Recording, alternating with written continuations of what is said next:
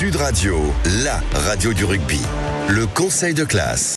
Les résultats, Quentin Cabanis de cette 17e journée du top 14. Avec le succès de Toulouse face à Castres 33-6. Le Stade Français qui a battu Pau 25-12. La victoire de Toulon face à l'USAP 44-22. Bayonne qui a battu Lyon 39-10. Le succès du MHR à l'extérieur sur la pelouse de Lyon à 39-35. Et puis la victoire de l'UBB face au Racing 21-5. 3 catégories, les avertissements, les compliments, les félicitations. Ils sont 2 à choisir. Ils ne seront pas forcément d'accord aujourd'hui. Il y aura un homme à la fin qui va mettre tout le monde d'accord. C'est Laurent Cardona. Monsieur le proviseur, bonsoir. Bienvenue dans ce conseil de classe. Bonsoir. Vous avez une lourde tâche ce soir, c'est de prendre les décisions, de couper dans le gras. Dieu sait qu'il y en a. On va commencer par les avertissements. C'est une honte. J'en ai rien à foutre. Tu sais quoi ? Ça s'appelle de la trahison. Mais continuez. Alors écoute-moi. Continue à faire ton boulot comme ça. Vous allez voir le rugby, comment il va être dans 10 ans. Avertissement. Pas de couilles. C'est pas de couilles, mec. C'est pas de couilles. Je le dis devant tout le monde. J'ai pas de problème. Alors ça, normalement, c'est un film. On passe souvent des extraits de films, de jeux vidéo, de séries télé, d'émissions de télévision, parce que ça nous fait marrer dans les montages. Mais enfin, ça, c'est la réalité, ça. Ça, il n'y a pas de fiction, il n'y a pas d'acteur là. Ce sont des propos, honnêtement, d'un point de vue journalistique, puisque c'est mon métier, demander des sources à un confrère, c'est tout simplement inadmissible et c'est une méconnaissance totale des codes du journalisme et de la déontologie journalistique. Donc c'est 100% condamnable et je pense que Pierre Mignoni en a désormais conscience, en tout cas on l'espère pour le RCT. Avertissement donc à qui, Quentin Cabanis? Moi j'ai mis mes avertissements au Racing 92 qui signe une 5e défaite consécutive sur la pelouse de l'UBB. C'était le duel des deux équipes qui avaient des difficultés avec les doublons. Le Racing qui perd, qui a rien montré. Il aura fallu attendre la dernière minute pour leur voir inscrire un essai pénible. Voilà, donc vraiment le Racing, c'est un match à oublier hier et c'est même une période à oublier en ce moment. Le Racing qui est même plus dans le top 6 à l'heure où on se parle. Donc voilà, les avertissements au Racing pour lequel on est assez inquiet. Le Racing, donc avertissement pour Quentin Cabanis. Pour Antoine Mazer, quel est ton choix, Antoine? Moi c'est le Loup Rugby qui s'est largement incliné sur la pelouse de l'Aviron Bayonnais 39-10. C'était un match très important, un match capital pour cette équipe du Loup qui pourtant était sur une bonne dynamique mais qui avait l'occasion de changer de dimension. C'était soit un match pour continuer en cas de défaite et justement à se battre pour le maintien, ou alors en cas de victoire potentiellement, comme nous disait Ethan Dumortier, regarder devant et pourquoi pas aller chercher cette 8, 7 et peut-être cette 6e place, peut-être le top 6. Donc là ils ont loupé le coche largement, ces Lyonnais, et donc avertissement à ces Lyonnais qui vont continuer à se battre pour le maintien. Monsieur le proviseur Laurent Cardona, il faut choisir. C'est toi qui vas devoir trancher. Il n'y aura pas 2 avertissements, il n'y en aura qu'un.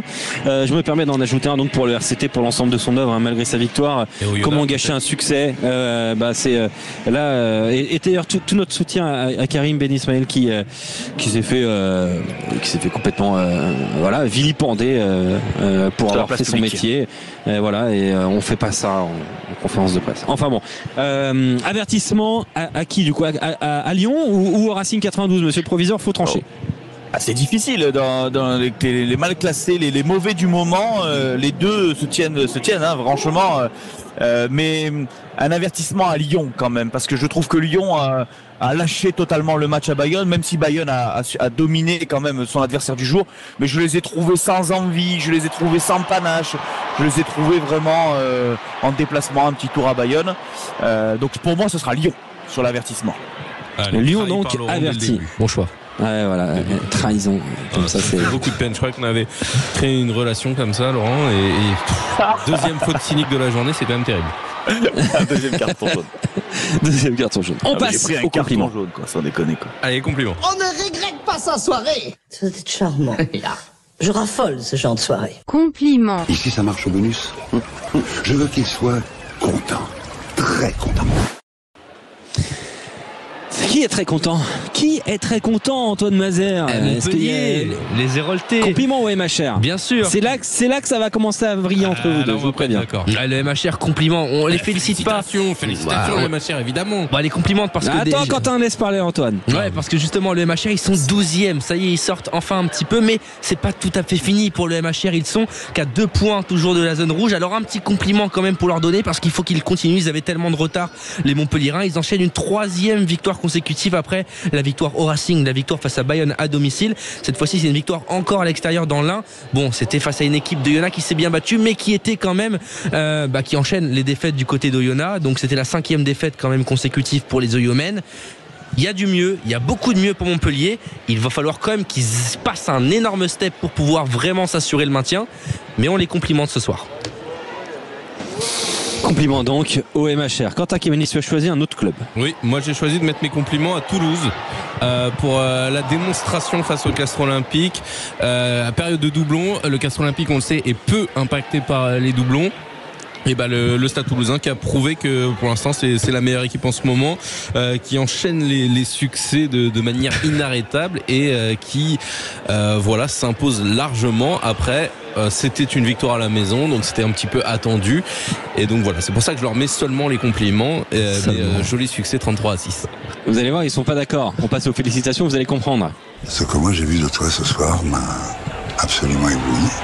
J'ai aimé l'ouverture et la bienveillance et cette espèce d'empathie avec beaucoup de simplicité. Félicitations. Tu nous as élevés à un niveau qui n'était pas le nôtre. Merci.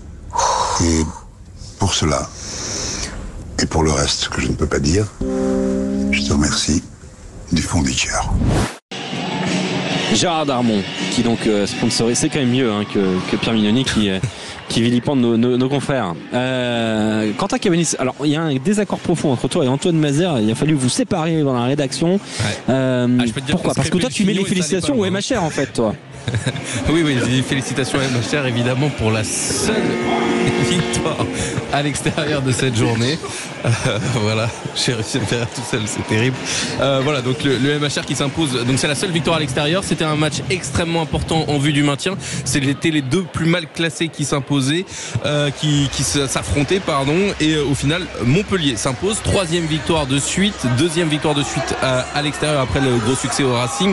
Montpellier qui sort de la zone rouge, qui se classe désormais 12e et qui n'a désormais plus que 7 points de retard sur le top 6. Donc voilà, Montpellier qui est dans une très grosse dynamique, qui s'impose en plus à l'extérieur. Pour moi ça mérite largement les félicitations pour le MHR. Et toi, pour le coup, tu les mets à Toulouse. Toulouse, invaincu Antoine. en 2024. Le Stade Toulousain, c'est 11 victoires sur les 12 derniers matchs. C'est tout simplement exceptionnel. Voilà, on disait à chaque fois que le Stade Toulousain, en période de doublon, c'était l'équipe qui peut-être était le moins avantagé, qui avait le plus de problèmes. Et ben là, c'est l'équipe qui réussit le mieux pendant les doublons. On a l'impression que le Stade Toulousain n'a jamais aussi mieux joué, n'a jamais gagné autant de points, quasiment que pendant les doublons. Et là, c'était un derby. Un derby, ça ne se joue pas, ça se gagne en plus face à Castres. C'est un match toujours important pour les Toulousains. 33-6. Voilà, c'est le mot. Félicitations. Alors, monsieur le proviseur Laurent Cardona, qui entre Montpellier et Toulouse va être en compliment et qui va être en félicitations parce qu'il va falloir faire des choix? J'aime beaucoup tous les arguments qui ont été avancés.